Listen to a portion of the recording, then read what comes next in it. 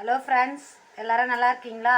இன்றைக்கி நம்ம வீடியோவில் என்ன பார்க்க போகிறோன்னா, தயிர் சாதத்துக்கு ஏற்ற இந்த மோர் மிளகாய் எப்படி பண்ணுறது அப்படின்னு பார்க்க போகிறோம். காரமே இருக்காது, கொஞ்சம் கூட காரம் இல்லாமல் மோரில் போட்டு நம்ம இந்த மிளகாய் வற்றல் எப்படி பண்ண போகிறோன்றது தான் இன்றைக்கி வீடியோவில் பார்க்க போகிறேன். தயிர் சாதத்துக்கு ரொம்பவே டேஸ்ட்டாக இருக்கும். பாருங்கள் எவ்வளோ பொடியாகுதுன்ட்டு. இந்த மாதிரி காரம் கொஞ்சம் கூட இருக்காது, அப்படியே எவ்வளோ சாதம் வேணாலும் சாப்பிட்லாம். அப்படிப்பட்ட மோர் மிளகாய் எப்படி பண்ணுறதுன்னு தான் இந்த வீடியோ. வாங்க வீடியோக்குள்ளே போகலாம். இந்த மாதிரி பச்சை மிளகாய் வாங்கிக்கோங்க, இல்லை குண்டு மிளகாய் கிடைச்சா கூட நீங்கள் இப்போ ஏப்ரல் மேலெலாம் ரொம்ப சீப்பாக கிடைக்கும். தோட்டத்தில் சீசன் முடிகிற டைம்ன்றதுனால காய் பறிச்சிட்டு விற்பாங்க, ரொம்ப சீப்பாக கிடைக்கும். நான் 2 கேஜி இப்போ வாங்கினேன் ரீசண்டாக.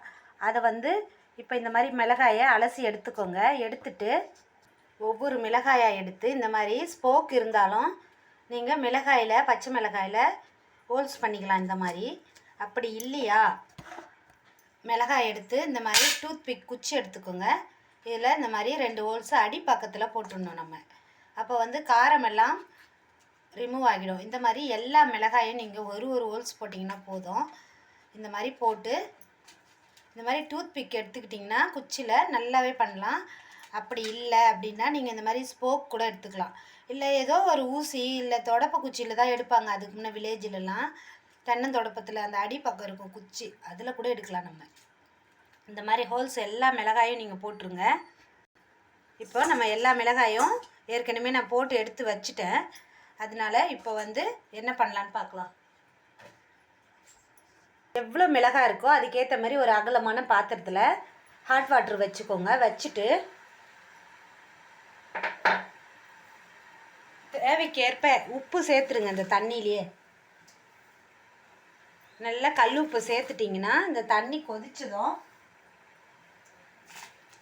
நம்ம அந்த உப்பு அந்த மிளகாயில் ஊறணும். அதுக்காக தண்ணி நல்லா சலசலன்னு அந்த உப்பு கரைஞ்சி கொதிக்கணும். இது நல்லாவே சூடு ஏறிடுது தண்ணி. நான் வச்சுட்டேன். இப்போ உப்பு கரைஞ்சிட்டுதும் ஓரளவுக்கு கரைஞ்சிடுது. மிளகாயை சேர்த்துக்கணும்.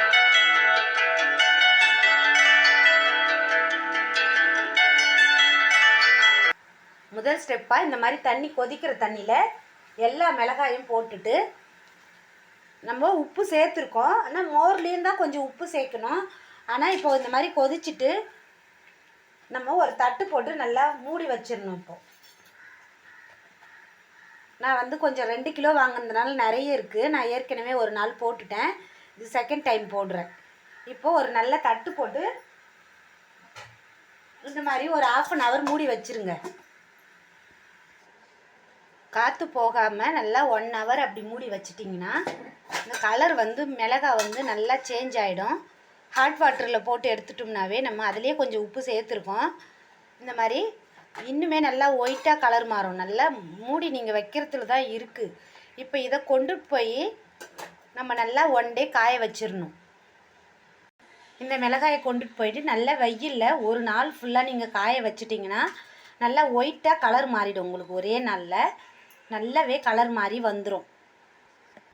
நம்ம மிளகாயை ஒரு நாள் காய வச்சோம்னா இந்த மாதிரி ஒயிட்டாக கலர் மாறி வந்துடும். ஏன்னா நம்ம ஹாட் வாட்டரில் உப்பு தண்ணியில் தான் ஊற வச்சிட்டோம். நைட்டு ஊற வச்சிட்டோம்னா காலையில் எடுத்து நீங்கள் காய போட்டுடணும். காய போட்டுட்டு மறுபடியும் ஈவினிங் கொண்டு நம்ம இந்த மாதிரி தேவைக்கேற்ப தயிர் எடுத்துக்கோங்க. அதில் தேவைக்கேற்ப இப்போ தான் நீங்கள் உப்பு கொஞ்சம் நல்லாவே கரிப்பாக சேர்த்துக்கணும்.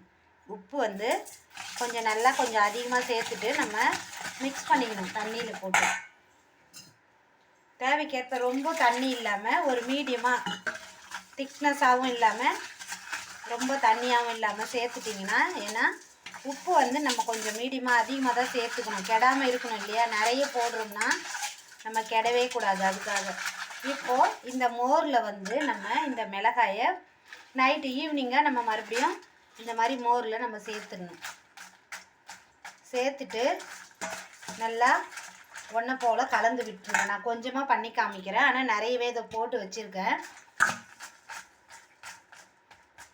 இந்த மாதிரி நம்ம நைட்டு போட்டுட்டோம்னா காலையில் எடுத்து மறுபடியும் ஒரு 2 days நல்லா ட்ரையாக காய வச்சிடணும். நம்ம 2 நாள் மோரில் போட்டு எடுத்து காய வச்சிட்டிங்கன்னா நம்மளுக்கு இது மாதிரி எடுத்துகிட்டு போய் நல்லா வெயிலில், இப்போ வெய்ய நாள் தான், இந்த நாளில் நம்ம ரெடி பண்ணி வச்சுட்டோம்னா மழை நாளுக்கு நம்ம எந்த சாதத்தோடு வேணாலும் சாப்பிடலாம். இந்த மாதிரி கொண்டு போய் நீங்கள் ஊறிடுத்துனா நல்லாயிருக்கும். நான் போட்டு உடனே காமிக்கிறதுனால இந்த மாதிரி தெரியுது உங்களுக்கு. மோரில் நைட்டு ஈவினிங் போட்டோம்னா காலை வரைக்கும் ஊறணும். இப்போ இதை கொண்டு போயிட்டு காய வச்சிடணும் நம்ம வெயிலில்.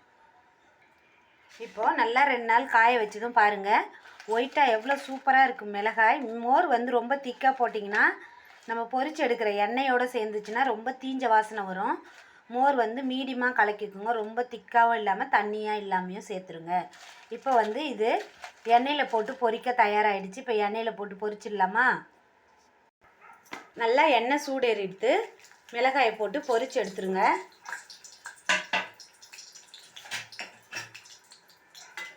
நம்ம இந்த மாதிரி மிளகாய் வீட்டிலையே ரெடி பண்ணோம்னா சுத்தமாகவும் இருக்கும். நம்ம மோர் சேர்த்து ஹெல்த்தியாக பண்ணுறோம். உப்பு ஊறத்துக்கும் அந்த மோரால் அது உள்ளே இருக்கிற காரம் எல்லாம் வந்துடும். மோர் வந்து நல்லா புளிச்சிருந்ததா இன்னும் சூப்பராக இருக்கும். நீங்கள் வாங்கிட்டு வந்து அதுதான் நம்ம நைட்டு கலந்து வச்சிட்டோம்னா நைட்டு ஃபுல்லாக ஊறும்போது அந்த புளிப்பு தன்மை அதில் ஏறிடும்.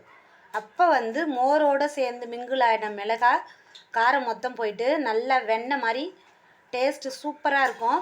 வாசம் அப்படி இருக்குது. இந்த மிளகாய் பொரிக்கிறேன் வீடே இந்த மோர் மிளகாய் வாசம் சூப்பராக இருக்குது. தயிர் சாதம் சாம்பார் சாதத்தோட அமிர்தம் போல் இருக்கும் இந்த மோர் மிளகாய். நிறைய பேர் வந்து மிளகாய் வெறுக்கிறவங்க கையிலலாம் இதை கொடுத்தீங்கன்னா எப்படி பண்ணிங்கன்னு அதிசயமாக கேட்பாங்க. நான் சொன்ன மெத்தடில் நீங்கள் போட்டிங்கன்னா நிறைய பேர் நார்மல் வாட்டர்லேயே போட்டுருவாங்க. இந்த மாதிரி ஹாட் வாட்டரில் நீங்கள் 1 டைம் ட்ரை பண்ணி பாருங்கள், சூப்பராக இருக்கும் நான் சொன்ன மெத்தடு. இப்போது மிளகாய் வந்து ரெடி ஆகிடுச்சு பாருங்கள். கோல்டன் நிறமாக எடுத்தாலே போதும். சூப்பராக ரெடி ஆகிடுச்சு மிளகாய். எடுத்துடலாமா? ஏன்னா இந்த வெய்ய நாளில் நல்லா ட்ரையாக இருக்கு இல்லையா, ரொம்ப தீய வேண்டாம். மழை நாளில் அது நமுத்து இருக்கும், கொஞ்சம் தீஞ்சி எடுக்கலாம் நம்ம. இப்போது இது சூப்பராக ரெடி ஆகிடுச்சு மிளகாய். இந்த மாதிரி தயிர் சாதத்தோடு நீங்கள் சாப்பிட்டிங்கன்னா நல்லாவே இருக்கும். மோர் மிளகாய் பொரித்து வச்சுருக்கேன் பாருங்கள், கோல்டன் பொன் நிறமாக பார்க்கவே அழகாக இருக்குது. சாப்பிட்ணும் போல் இருக்கும் உங்களுக்குலாம். வாங்க சாப்பிட்லாம். தேங்க்யூ ஃபார் வாட்சிங் மை வீடியோ. Bye friends.